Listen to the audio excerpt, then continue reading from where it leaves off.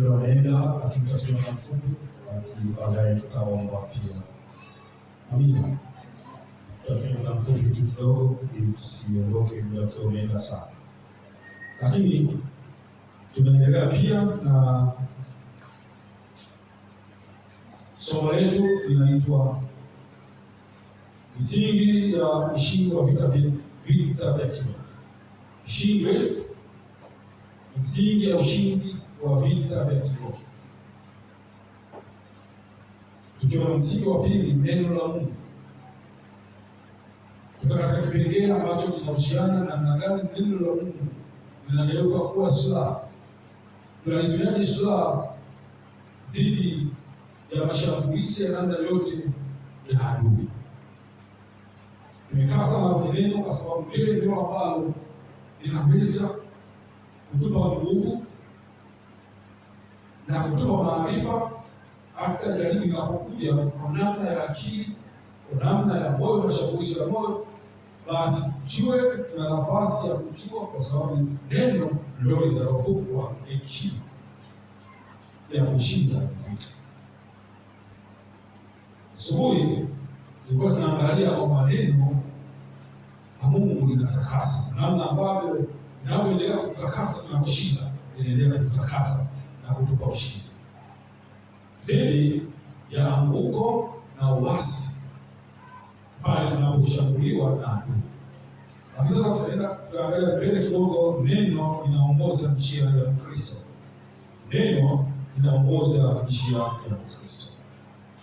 Katika hali ya kawaida, mtu yoyote ambaye hajui njia au njia anapokwenda ni rahisi sana kupotea. Nakumbuka nyakati fulani, wale ambao wameenda kipindi cha nyuma, au kama umetoka mkoani ukaja katika jiji la Dar es Salaam ukawekwa pale Kariakoo katikati, ni rahisi sana wakati mwingine kuweza kupotea.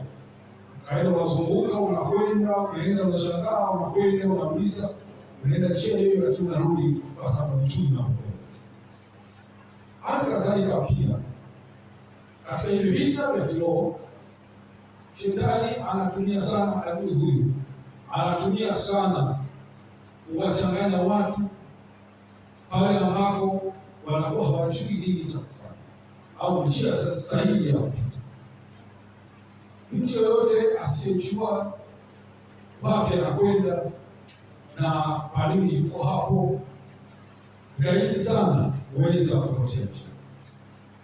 Kwa hiyo ni furaha sana ya ufalme wa pili, ufalme wa giza, kuwachanganya Wakristo ambao bado hawajaamua kuliweka neno liweze kuwa sehemu ya maisha yao, au kuliishi au kulisoma likakae ili liweze kuzaa matunda.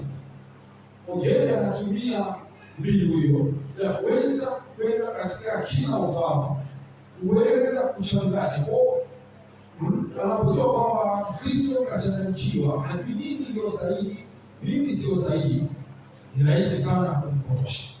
Ni rahisi sana mtu huyo kumdanganya. Ni rahisi sana huyo mtu kumchelewesha katika baadhi ya mambo. Ni rahisi hata huyo mtu kuanguka kabisa kwa sababu hajui njia hiyo.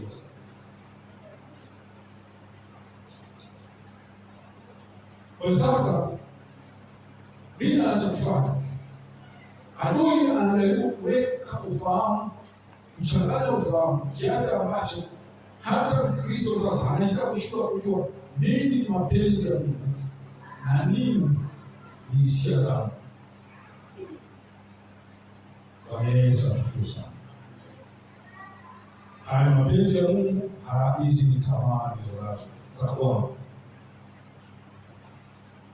Kwa nini? Kwa sababu hata mapenzi ya Mungu yenyewe bado hayajui. Kwa hiyo kama hajui mapenzi ya Mungu, si rahisi sana kuweza kuyafanya mapenzi ya Mungu. Wakati pia anataka kufanya vitu akajua mapenzi ya Mungu, kumbe ni hali yake mwenyewe ni tamaa. Na hata Yesu akasema, mapenzi yangu ni haya kwa kwamba nimekuja, lakini si mapenzi ya bali kwako. Kwa hiyo ni rahisi sana kuweza kumchanganya. Bwana Yesu asifiwe sana. Bwana Yesu asifiwe. Kwa hiyo sasa unaanza kuona kwamba mapenzi ya Mungu si mapenzi.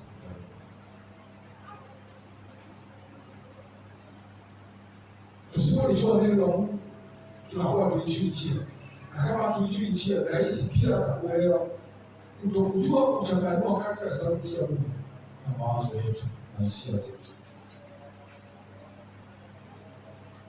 Na huu mchangano wa namna hiyo ndio shetani anafurahia, kwa sababu ni rahisi sana kukupotosha, kwa sababu bado wewe unaweza kujua njia. Bwana Yesu asifiwe sana. Bwana Yesu asifiwe sana. Kwa hiyo sasa neno linatuongoza njia. Neno linatuongoza njia. Kujua njia sahihi. Wakati mwingine njia inaweza kuwa rahisi lakini sio sahihi. Kwa hiyo neno linatuongoza kuwa na njia ambayo ni sahihi kulingana na neno la Mungu. Amina. Katika mazingira namna hiyo ambayo unakuwa hujui njia, sasa neno linageuka sasa katika maisha yetu. Linakuwa dira, linatoa mwangaza, linakuwa nuru, ndio ambayo linakuwa kama ramani. Ya kwanza kuweza kutuonyesha wapi tulipo, ya pili kuweza kutuonyesha wapi tunatakiwa kuwa, na tatu kuweza kutuonyesha pia hata mambo ambayo ya hatari, mitego ya hatari ambayo pengine iko mbele yetu, ili tuweze kuepuka. Neno la Mungu.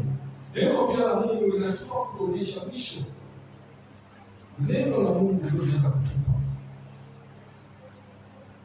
Penda sana Zaburi moja anasema katika ile 119:105 ambapo tulikuwa tukisoma sana.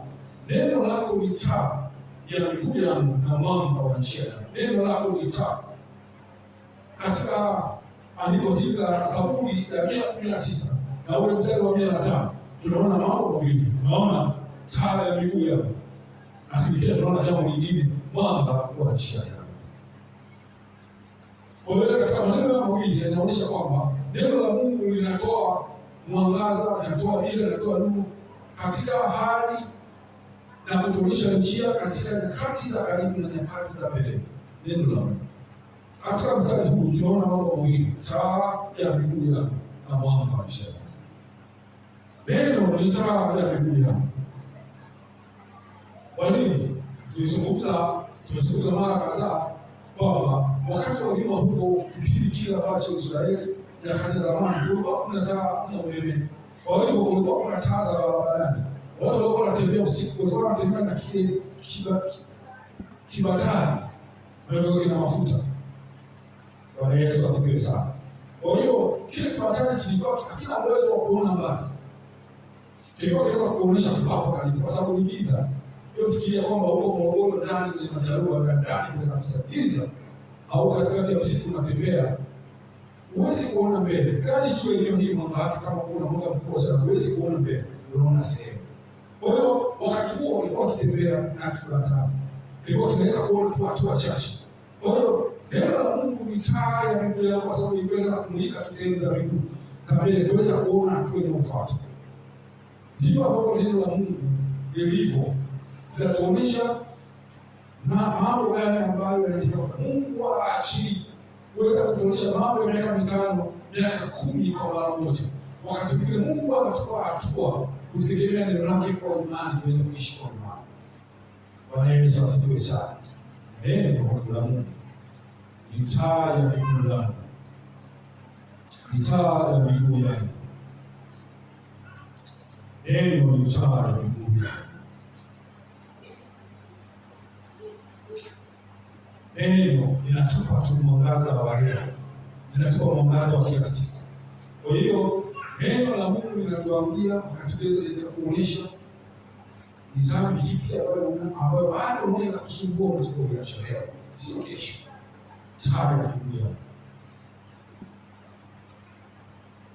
Ni kitu gani ambacho unacho bado kipo kimekaa kinaweza kusababisha neno ni taa ya miguu yako la leo kuona leo. Inakupa hatua ya leo ya karibu, hatua ya karibu.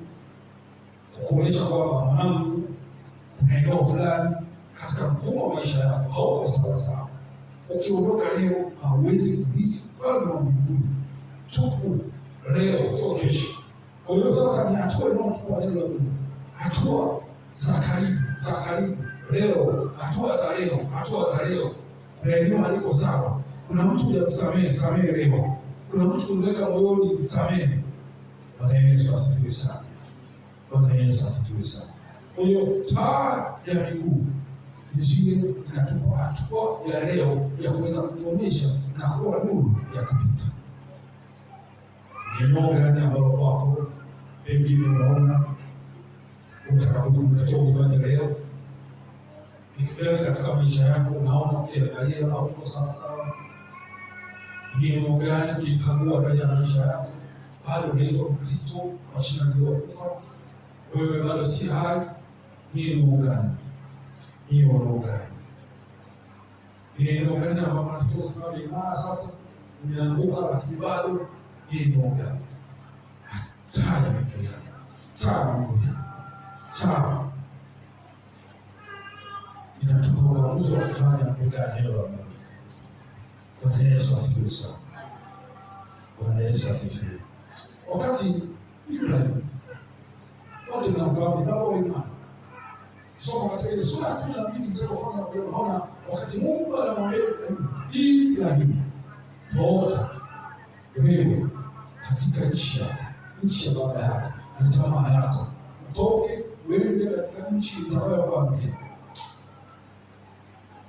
Tazama, wakati Mungu anamwambia Ibrahim, akamwambia kwamba katika njia utakaopita itakuwa njia ya miba, njia utakapokwenda utakwenda katika njia. Lakini alihitaji tu kwamba huyu Ibrahim atii hatua ile ya mwanzo. Ibrahim alikuwa anaamini Mungu huko nyuma,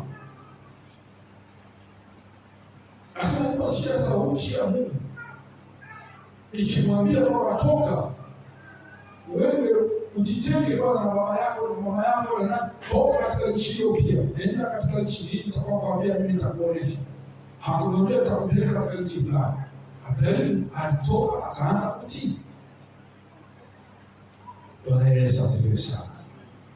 Bwana Yesu katika Mwanzo 12 mstari wa kwanza, Bwana akamwambia Abraham, toka wewe katika nchi yako na jamaa zako na nyumba ya baba yako, wende mpaka nchi nitakayokuonesha. Mungu aweza kumwambia Ibrahim kila jambo katika safari. Wakati mwingine Mungu anaifanya hivyo kwa ajili ya kufundisha hatua zetu za imani, kutuimarisha. Bwana Yesu asifiwe sana. Kwa hiyo anataka kwanza tuweze kufanya jambo la kwanza tu, kwanza ndipo afanye jambo lingine. Usipofanya hatua ya kwanza ya kuchukua hatua ya kwanza ya kutubu, Mungu hawezi kufanya jambo lingine. Kama Ibrahimu asingefanya hatua ya kwanza ya kumwambia toka, asingechukua hatua ya kutoka, Mungu asingeweza kuweza kumwongoza, kumwonyesha katika nchi anaona. Kwa hiyo kuna wakati Mungu anataka kwanza tuweze kuchukua hatua zile za mwanzo ndogo, ili Mungu aweze kufanya katika hatua zile zinazofuata. Kwa neno lake linatuongoza katika hatua za awali zile za kufanya. Tunapotii zile hatua za mwanzo, zinakuwa kama taa ya miguu yako, ndiko Mungu anaweza kufanya hatua zingine zinazofuata. Bwana Yesu asifiwe sana. Bwana Yesu asifiwe sana.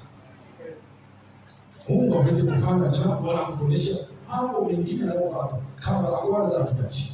Lazima kwanza tutii jambo la kwanza, ndiko Mungu aweze kutuonyesha hatua zingine. Mungu amekwambia nataka wewe unaomba, anataka kwanza utii jambo la kwanza alokuambia, itaya miguu yangu, nenda. Usipofanya hana hatua nyingine, hawezi kuvuka hatua nyingine kuweza kupeleka mbele.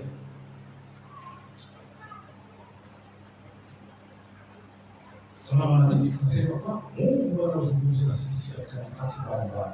Mungu anazungumza, kuna mazingira ambayo Mungu anataka tuchukue hatua kwanza ya kwanza, ndipo sasa hatua nyingine zifuate. Anataka tuje kwenye maombi, ndipo hatua zingine zifuate. Tuje kwenye mikesha kwanza, ndipo hatua zingine zifuate. Bwana Yesu asifiwe sana. Ni taa ya miguu yangu, ni taa ya miguu yangu. Utii katika hatua ya kwanza unafungua uongozi katika hatua inayofuata. Taa ya miguu yangu. Bwana Yesu asifiwe sana. Mungu anapokuambia acha dhambi fulani, tii. Utapata faida gani endapo utakosa kuyatii maagizo ya Mungu? Vipi kubwa Mungu anaposema katika neno lake acha uovu,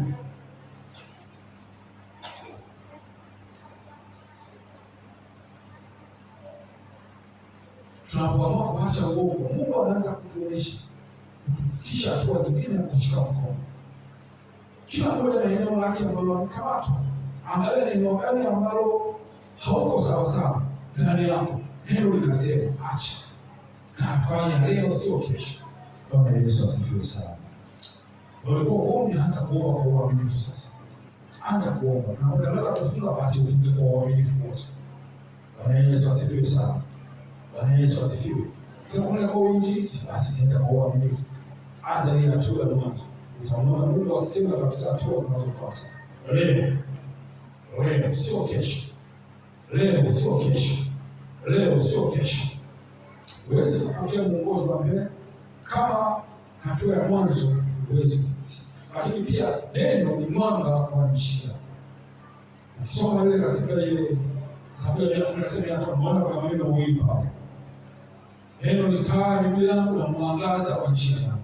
Unaona hapa kuna neno mwanga wa njia yangu. Kwa hiyo neno la Mungu wa sasa ukishafanya hatua ya kwanza, unakuja mwanga wa njia yangu. Unaweza kutuonyesha hatua inayofuata ambayo itakuwa ni hatua ya milele. Inaweza kutuonyesha hatua kubwa zaidi, inaweza kujifunua hata mwisho wa maisha yetu. Bwana Yesu asifiwe sana. Kwa hiyo kumbe neno la Mungu litasaidia katika kuona mambo ya leo, lakini pia katika mambo ya baadaye. Ni mwanga. Neno la Mungu ni mwanga. Neno la Mungu ni mwanga wa njia. Neno ni mwanga. Kwa nini? Kwa sababu neno linatuonyesha namna ya kuishi maisha ya utakatifu maisha yetu yote, namna ya kumpendeza Mungu maisha yetu yote, namna ya kuwa karibu naye maisha yetu yote, namna ya kuongoza Roho Mtakatifu na kumtii maisha yetu yote, namna ya kutembea katika nuru yake maisha yetu yote. Inakuwa mwangaza wa maisha yetu yote. Namna gani ambayo tunaweza kuanza maisha baada ya maisha haya? Namna gani tunaweza kuishi katika dunia hii ya uharibifu? Lakini tukiwa tunakusudia, bado wanaimba hapo wimbo ambao unasema tunamngojea Bwana. Kwa hiyo haya maisha ya milele, neno linakuwa mwangaza wa njia. Bwana Yesu asifiwe sana. Namna gani ya kutumikia ufalme wa Mungu na kuishi na kudumu ndani yake bila kutoka. Neno ni mwangaza wa njia. Ni rahisi sana kuweza kufanikiwa katika maisha yetu ya duniani, lakini tukata kupotea kiroho. Ni rahisi sana. Ni rahisi sana. Unaweza ukapata kila kitu katika dunia hii. Ukapata umaarufu. Wapo maarufu, watu ni maarufu sana. Unaweza ukapata pesa, watu wako wamefanikiwa katika biashara, watu wamefanikiwa katika kila eneo. Lakini kama unaweza kuwa karibu na Mungu, wewe ni mtu ambaye una hasara.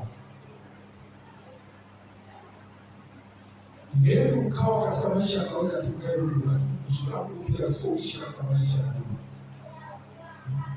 Ni upendo wa Mungu pia, uweze kutoka hapo uweze kuishi maisha mazuri pia, lakini ndani ya Yesu. Bwana Yesu asifiwe sana. Bwana Yesu asifiwe sana.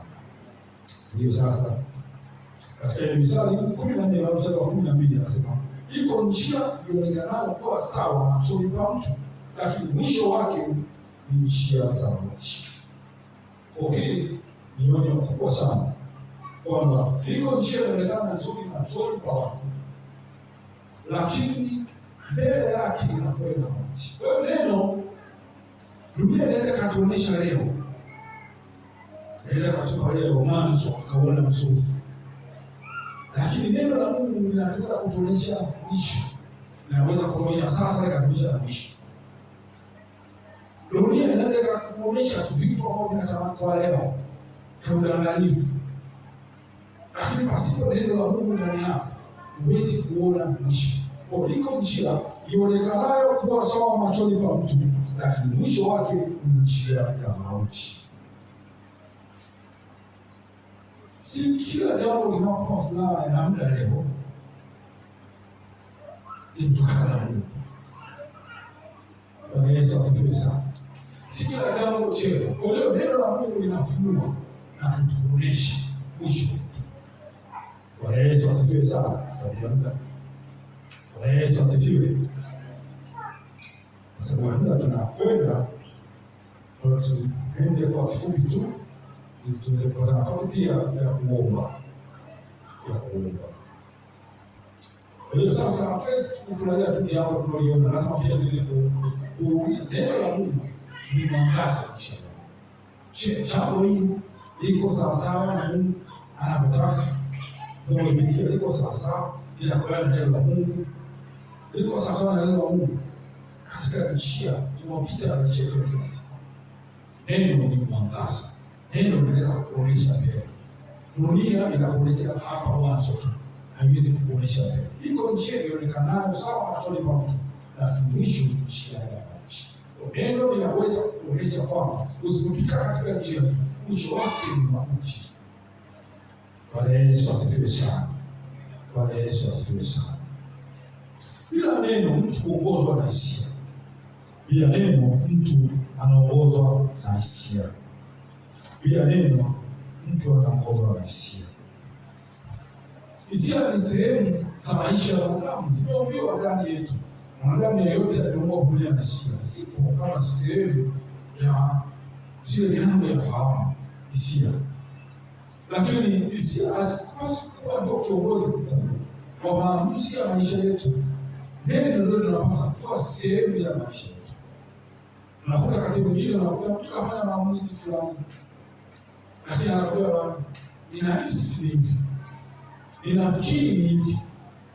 Bwana Yesu asifiwe. Ninahisi kwa nini umefanya hivyo, nafikiri na nihisi kwamba jambo liko hivi. Bwana Yesu asifiwe sana. Bwana Yesu asifiwe. Kwa hiyo neno ndio linatuongoza siku hisia zetu. Si kila hisia ni sauti ya Mungu. Si kila hisia ni sauti ya Mungu. Kwa hiyo tunaongozwa na neno la Mungu, sio hisia. Usipoongozwa na neno la Mungu, yaisha kuongozwa na hisia, ukazana neno la Mungu. Na ndio maana katika wimbo mmoja ambao Mungu anapenda sana hapo, Mungu anaipaka wimbo wa moyo. Moyo. Kiwaimbaji na huo wimbo unaokumbuka. Linda sana moyo wako kuliko kitu chochote ambacho unachokilinda. Kwa sababu ndani ya moyo ndiko kuna vitu vya kuficha. Tena kuna moyo, kuna mambo ya udanganyifu. Yeremia 17 na wale wanasema moyo huo udanganyifu kuliko vitu vyote. Tena imesema vitu vyote. Una ugonjwa wa kuficha, nani hawezi kujua? Moyo wa mwanadamu unaweza kudanganywa. Moyo wa mwanadamu unaweza kudanganywa mazingira ya furaha, mazingira ya tamaa ya kutaka kitu fulani, moyo unadanganywa. Hofu, katika mazingira ya hofu, moyo unadanganywa. Katika mazingira unayopitia, moyo unaweza kudanganywa. Moyo ni nani hawezi kujua? Moyo, wivu, hasira, chuki, ndani inaweza kudanganya moyo. Bwana Yesu asifiwe. Kwa kila hisia lazima ipimwe na neno la Mungu. Lazima ipimwe na neno la Mungu. Lazima ipimwe na neno la Mungu. Kwa hiyo lolote ambalo unasema ninahisi lazima kwa tulipime kwa neno la Mungu. Je, nakubaliana na neno la Mungu? Neno la Mungu linasemaje? Tusipoongozwa na neno la Mungu, tuongozwe na hisia zetu. Na wakati mwingine hisia zetu zinakuwa si sawa sana neno la Mungu, au kwa maana nyingine inatupeleka kutenda dhambi. Tunakuwa nje ya mapenzi ya Mungu. Bwana Yesu asifiwe sana.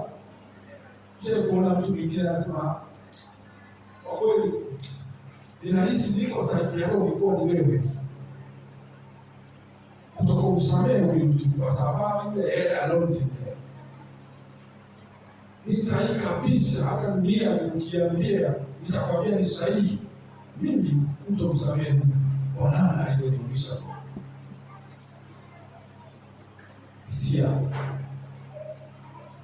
Tusipoongozwa na neno la Mungu, tunaongozwa na hisia zetu.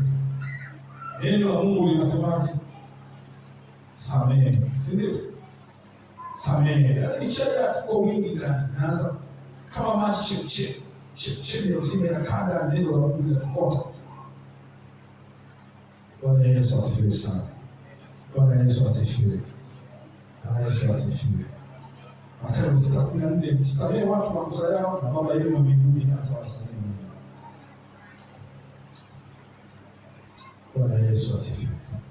Kwa sababu ya muda, na naona kwamba tumetoka tangu asubuhi, tusiende mbali zaidi kwa sababu tusielewe.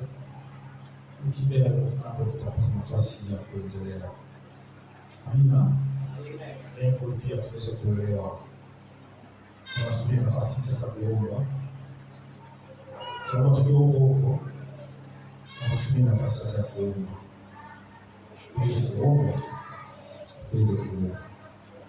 Ukija tutaendelea. Tuweze kuomba. Sasa sehemu ya maombi ni sehemu ya muhimu sana. Sehemu ya maombi ni sehemu ya muhimu sana.